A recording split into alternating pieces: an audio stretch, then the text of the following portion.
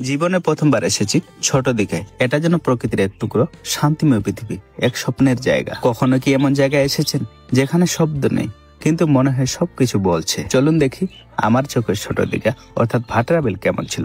তার আগে ছোট্ট একটা রিকোয়েস্ট, যদি আমার এই ছোট্ট ভিডিওটা আপনার একটু হলেও ভালো লেগে থাকে তাহলে লাইক দিয়ে উৎসাহিত দিবেন, আর একটা সুন্দর কমেন্ট আমার এই সফরের স্মৃতিকে আরো বিশেষ করে তুলবে। আর যদি সত্যি ভিডিওটা মন থেকে ভালো লাগে তাহলে একটা শেয়ার করে দিবেন। আসসালামু আলাইকুম, আমি মোশাররফ। কি অবস্থা সবার, কেমন আছে? নৌকায় উঠে দেখি মাঝি ভাই পানি বের করছে। একটু ভয় লাগছিল কিন্তু উনি বললেন এটা প্রতিদিনের কাজ, ভয়ের কোনো কারণ নেই। তারপর নৌকাটা ছেড়ে দিল। এমন জায়গায় বসে মনে মনে 2 লাইন গান বলছিলাম। আপনারা শুনতে পাচ্ছেন? শুনতে কোথায় পাবেন সেটা মনে মনে ছিল। বিশ্বাস করেন এখানে আসে ভিতর থেকে একটা ভালো লাগা কাজ করছিল।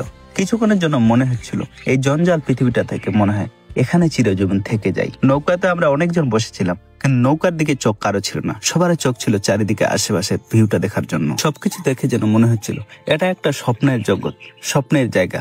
প্রাণ খুলে দেখছিলাম সবকিছু। এমন জায়গায় বসে যদি থাকেন আর হালকা বাতাস, মন এমনিতে গুনগুন করছিল। আচ্ছা কি গান গাইছিলাম এটা আমি বুঝতে পারছিলাম না, কিন্তু মনে মনে একটা গান গাইছিলাম। দাদা আপনাকে শুধু মনে না আমার স্মৃতিতে রেখে দিলাম, আপনাকে অনেকগুলো ধন্যবাদ। এই দাদাটা আমাকে ভিডিও করা দেখে বলছে তুমি এই জায়গাতে বসো, এই জায়গাতে বসলে ভালোভাবে ভিডিও করতে পারবে। দাদা আপনাকে অসংখ্য ধন্যবাদ। তারপর নৌকা থেকে নেমে একটা আইসক্রিম নিয়ে বিলের ধারে আইসক্রিমটা খাচ্ছিলাম। আর মনে হচ্ছিল নৌকায় তো এই বিলটা ঘুরে দেখলাম, যদি ওই বিলের মাঝখানে যাওয়া যায় তো। শুনেছি নাকি এই বিলের মাঝখানে খুব বেশি একটা খাল নেই। ওই আমার একটা মন যেখানে ডাকবে সেখানে যাব, কিন্তু কাউকে কষ্ট দিয়ে না, আর দিতেও চাই। অনেকে হয়তো আগের ভিডিওটা দেখে খুব হাসাহাসি করছেন, এই ছেলেটা লুঙ্গি পরে চলে গেছে এত দূর। হ্যাঁ, লুঙ্গি পরে না আসলে হয়তো আমি এই জায়গাটাতে আসতে পারতাম না। আচ্ছা লুঙ্গিতে কি কোথাও লেখা আছে দূরে পরে গেলে লুঙ্গি পরে যাবেন না?